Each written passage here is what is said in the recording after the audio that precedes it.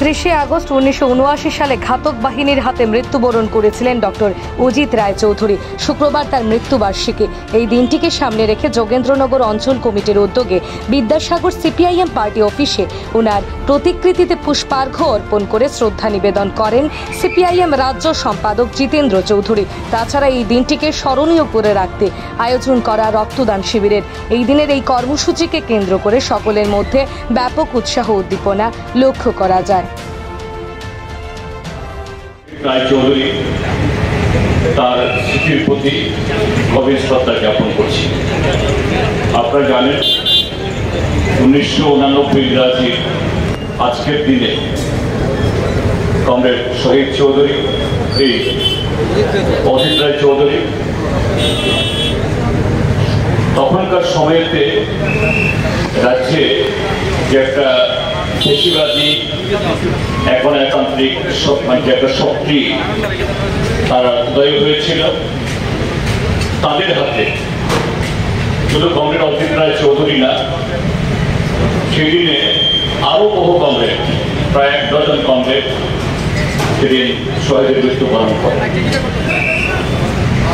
সেই 30 আগস্ট 1989 ইংরাজি কি কারণ ছিল এইভাবে অজিত রায় চৌধুরীর মতো একজন আদর্শ শিক্ষক, গণতান্ত্রিক আন্দোলনের একজন একনিষ্ঠ কর্মী, তাকে হত্যা করা? সেই সময়তেও শুধু আমাদের রাজ্যে না, সারা দেশে এখন একটা শক্তি দেশের সমস্ত যে গণতান্ত্রিক শক্তিকে, গণতন্ত্রের কণ্ঠস্বরকে জব্দ করে আমাদের দেশের সংবিধানকে সংকুচিত করে এই দেশের কোটি কোটি মানুষের অধিকারকে হরণ করার চেষ্টা করেছে। তারই বিরুদ্ধে আমাদের দেশের ট্রেড ইউনিয়ন এবং আরো অন্যান্য শক্তি ভারত বন্ধ আহ্বান করেছিল। শান্তিপূর্ণভাবেই আমাদের রাজ্যেও ভারতের কমিউনিস্ট পার্টি, মার্ক্সবাদী আরো অন্যান্য গণতান্ত্রিক শক্তি আমরা সে আহ্বানে অংশগ্রহণ করার জন্য এই রাজ্যের মানুষকে আমরা আহ্বান জানিয়েছিলাম।